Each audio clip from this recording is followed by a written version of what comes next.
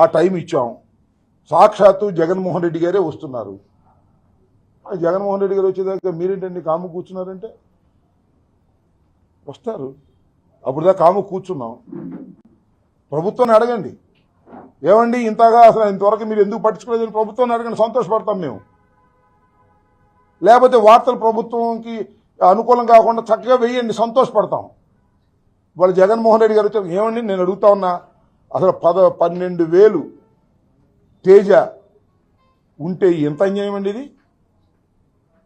రైతులను ఆలోచించేయమనండి. సో దానికి కావలసినటువంటి పరిస్థితులు క్రియేట్ అయినప్పుడు, ప్రజల నుంచి డిమాండ్ వచ్చినప్పుడు ప్రధాన ప్రతిపక్షంగా మా పాత్ర నిర్వహిస్తాం. మా పాత్ర ఎప్పుడు ఎలా నిర్ణయించాలో మేము నిర్ణయించుకున్నాం. ఎలా నిర్వహించాలో అది మేము ఎలా నిర్వహించాలని నిర్ణయించుకున్నాం. ఇది వాస్తవం.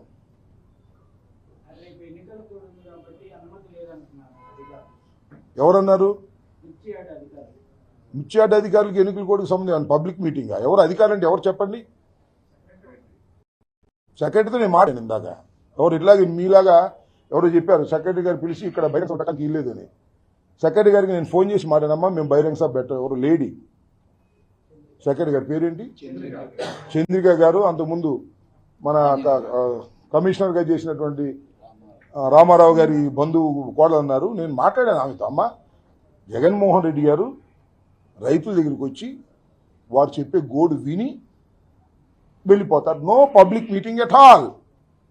పబ్లిక్ మీటింగ్ లేదు, పబ్లిక్ మీటింగ్ పెట్టదలుచుకోలేదు, పెట్టే సమయం కాదు ఉదయం 9:30 గంటలకి. అందువల్ల కోర్టు దీనికి అడ్డం రాదు. తెలుసుకుంది. ఇవాళ మీరు కృష్ణా గుంటూరు జిల్లా రెండింటిలో కోర్టు ఉందిగా, ఏమండి అడిగిన వాళ్ళు చెప్తున్నా. ఇవాళ వంశీని పలకరించడానికి వెళ్ళారు, కోర్టు ఏమైనా అడ్డం వచ్చిందా? అట్లాగే రైతులు పలకరించడానికి వస్తున్నారు, రాదు. దట్ ఈజ్ మాకున్న సమాచారం. అది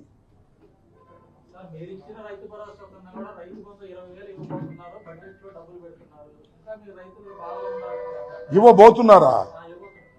మాకు మా రేపల్లో సినిమా థియేటర్ ఉండేది, త్వరలో అని రాసేవాళ్ళు. అది ఎప్పుడు అట్టాగే ఉండేది.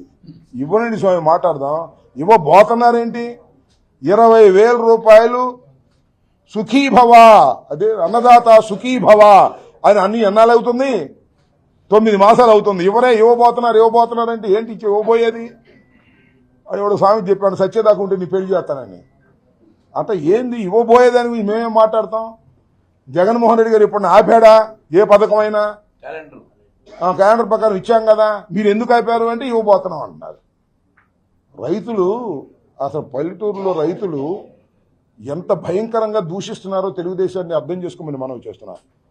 హామీలు ఇచ్చి అగ్గొట్టినటువంటి ఈ పెద్ద మనిషి గురించి రకరకాలుగా మాట్లాడుకుంటున్నారు. ఎవరైనా తొందరపడి మాట్లాడితే వాళ్ళని తీసుకెళ్లి పోలీస్ స్టేషన్లో కూర్చోబెడుతున్నారు. మాకు రాజుపాలెంలో ఒక అతను ఎవడో పాపం రైతు ఎవరు అడిగితే ఏదో మాట్లాడంట, తీసుకెళ్ళి లోపల కూర్చోబెట్టారు. మిర్చిడైతే మిర్చి కళ్ళాల్లో ఉంది, కొనేవాళ్ళు దిక్కు లేదు, 12,000 అమ్ముతాడు, ఒక డాక్టర్ లేదు, ఏం ప్రభుత్వం ఇదని ప్రభుత్వాన్ని తిట్టింది, లోపల పెట్టారు తీసుకెళ్ళి. సో ఇప్పుడో ఇస్తారనేది కాదు, ఇవాళ ఏమి ఇస్తున్నారని అడుగుతున్నా.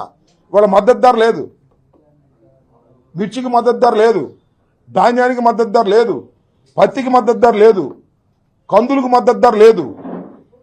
అసలు ప్రభుత్వం ముందుకొచ్చి కొనే పరిస్థితే లేదు. మార్కెట్ వాళ్ళు వచ్చిన సందర్భమే లేదు. ఏంటి అన్యాయం? రైతును ఆదుకోవాలిగా ప్రభుత్వం ఉన్న తర్వాత. కష్టం ఉన్నప్పుడు, లాభాలు ఉన్నప్పుడు సరే, కష్టం ఉన్నప్పుడు ఆదుకోవాలి కదా. కనీసమైన ప్రయత్నం చేశారా ఈ 9 మాసాల్లో? ఎప్పుడైనా ప్రయత్నం కూడా లేదు. అదేమంటే ఈనాడు నాలుగు ఫ్రంట్ పేజ్ వేసేస్తారు, బ్రహ్మాండంగా జరుగుతుందని.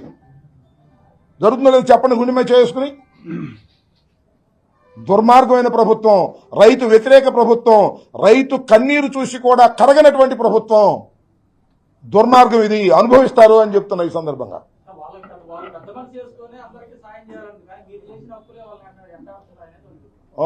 మాకు అప్పులు లేకుండా మాకు బాగా డబ్బులు కాదని ఇచ్చి ఇలాంటి చంద్రబాబు నాయుడు 2014లో పద్యానికి మీరు అప్పులు చేశారు అంటాడు. ఆయన ఏమైనా అప్పులు చేయకుండా ఇచ్చేలేడా? మాకు చెప్పండి, నాకు అర్థం కాలా. మీరు అందరూ తెలుసు కదా. మీరు 2019లో మేము అధికారంలోకి వచ్చాక అప్పులు లేకుండా ఇచ్చి కరజన మొత్తం కట్టలు కట్టి మాకు ఇచ్చేలేండి మీరు వాళ్ళ. ఎందుకు మాట సిగ్గుసారం లేకుండా చంద్రబాబు నాయుడు గారికి పాపం ఆయనకి వయసు వచ్చింది కానీ సిగ్గు రాలే, ఇంకా ఇష్టం వచ్చిందని మాట్లాడుతున్నాడు. జగన్మోహన్ రెడ్డి గారు అప్పులు చేశారంట, అందువల్ల ఏం చేయలేకపోతున్నాడంట. ఎన్నికలకు ముందేమో నన్ను ఎన్నుకోండి, అది చేసేస్తా ఇది చేసేస్తా చూసుకోండి అన్నాడు. సంపద సృష్టించేస్తా అన్నాడు. ఏమైనా సృష్టించవా బాబు అని ఎవరిని అడిగితే చెవులో చెప్పమంటున్నాడు. ఎట్లా సృష్టించాలో తెలియదంట. మరి ఎన్నికలకు ముందేమో బ్రహ్మాండంగా తెలుసు సంపద ఎలా సృష్టించాలో, ఎన్నికలు అయిపోయిన తర్వాత ఏమో తెలియట్లా. అదే సామెత చెబుతారే, అక్కడ తీరిన తర్వాత అల్లుడు సామెతగా ఉంది వ్యవహారం. ఎన్నికలకు ముందేమో అన్నీ నేను చేస్తా అన్నాడు, ఎన్నికల తర్వాత ఏమో చెవులో చెప్పండి, నెత్తి మీద చెప్పండి, ముక్కులో చెప్పండి. ఈ మాటల సంపద సృష్టించమనం. సో ఇవన్నీ ప్రజలకు అర్థమైపోయాయి. చంద్రబాబు నాయుడు గారు ఎన్నికలకు ముందు అలివిగాని వాగ్దానాలు ఇచ్చి ఎన్నికలు అయిపోయిన తర్వాత జగన్మోహన్ రెడ్డి గారి మీద ఈ పాపాన్ని నెట్టాలనేటువంటి ఒక దుర్బుద్ధితో ప్రయత్నం చేస్తున్నాడు అనే విషయం ప్రజలకు అర్థమైపోయింది. మీరు మమ్మల్ని అడుగుతున్నారు కానీ మీకు అర్థమైపోయింది. సమస్యలు ఎక్కడుంటే అక్కడికి వస్తాననేది, సమస్యలు ఎక్కడుంటే అక్కడికి వచ్చేది ప్రపోజిషన్ ఉన్నప్పుడు, సమస్యలు ఎక్కడుంటే అక్కడ పరిష్కరించేది ముఖ్యమంత్రిగా ఉన్నప్పుడు. ఆయన సమస్యలు ఎక్కడుంటే అక్కడ పరిష్కరించాడు. ఇవాళ ఎక్కడ సమస్యలు ఉంటే అక్కడికి వెళుతున్నాడు ఉద్యమకారుడిగా. ఆ రోజున ఎక్కడ సమస్యలు ఉంటే అప్పుడు పరిష్కరించే కార్యక్రమం చేశాం. అప్పుడు మేము పవర్లో ఉన్నాం, మా డ్యూటీ ఉంది, మా దగ్గర శక్తి ఉంది, మా దగ్గర అధికారులు ఉన్నారు, మా దగ్గర ఖజానా ఉంది, సాధ్యమైనంత వరకు ఈ సమస్యలు పరిష్కరించాం. ఇలాంటి సందర్భంలోనే నీకు మనవి చేస్తున్నా, ధాన్యం కొన్నావా, పత్తి కొన్నావా, శనగ కొన్నావా, టొబాకో కొన్నావా, పొగాకు రైతులకు నష్టం అయితే కొన్నాం. 100 కోట్ల నష్టం వచ్చింది ప్రభుత్వానికి. అయినా పొగాకు రైతుకు నష్టం జరగకూడదని భావించినటువంటి వ్యక్తి జగన్మోహన్ రెడ్డి గారు. ఇవాళ కొండే చంద్రబాబు నాయుడు గారు కొండేమని అడుగుతున్నా. గిట్టుబాటు ధరించి మిర్చి కొనరే, గిట్టుబాటు ధరించి ధాన్యం కొనరే. జగన్మోహన్ రెడ్డి గారు చేసిన పని ఒక్కటి చేయవే. ఇవాళ సీఎం ఆఫీసులో మిర్చి రైతుల మీద కోఆర్డినేషన్ మీటింగ్ జరుగుతుంది ఇవాళ. అంతేనా?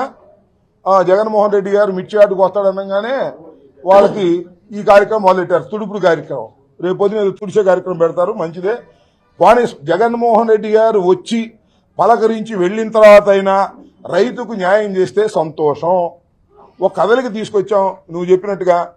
సీఎంఓలో ఇవాళ మిర్చి రైతుల గురించి కోఆర్డినేషన్ మీటింగ్ జరుగుతుంది కాబట్టి మన జగన్మోహన్ రెడ్డి గారు రావడానికి ప్రతిఫలం ప్రారంభమైందని అర్థమవుతున్నది. మంత్రి దగ్గర ఆధారాలు ఉన్నాయా? ఆయన మంత్రి ఏమైనా ఇన్వెస్టిగేషన్ ఆఫీసరా అని అడుగుతున్నా. మంత్రి దగ్గర ఆధారాలు ఉంటే మంత్రి దగ్గర కక్ష ఉంది. ఇదే తప్పు చేస్తున్న తెలుగుదేశం ప్రభుత్వం నేను మనవి చేస్తున్నా. ఆయన ఎవరైనా అతని పేరేంటి, విజయవాడలో ఉంటాడు, నన్ను అరెస్ట్ చేస్తానంటున్నాడు. బుద్ధ ఎంకన్నా ఆయన పేరేంటి, బుద్ధ ఎంకన్నా, ఆయన నన్ను అరెస్ట్ చేస్తాడంట. మరి ఆయన పేరేంటి, వెల్లంపల్లి శ్రీనివాసన్ అరెస్ట్ చేస్తాడంట. ఆయన ఎవరండి అరెస్ట్ చేయడానికి? నాకు అర్థం కాలేదు. ఆయన ఏమన్నా పోలీస్ ఆఫీసరా? మంత్రి ఏంటి సాక్ష్యాలు రిలీజ్ చేయటం ఏంటి? ఎస్పీని రిలీజ్ చేయమనండి, లేదా డిఐజీని రిలీజ్ చేయమనండి. ఇవన్నీ అడ్డగోలుగా వ్యవహారాలు జరుగుతున్నాయి. అర్థం కావట్లేదా నాగరాజు నీకు? మంత్రులు రిలీజ్ చేయటువంటి సాక్ష్యాధారాలు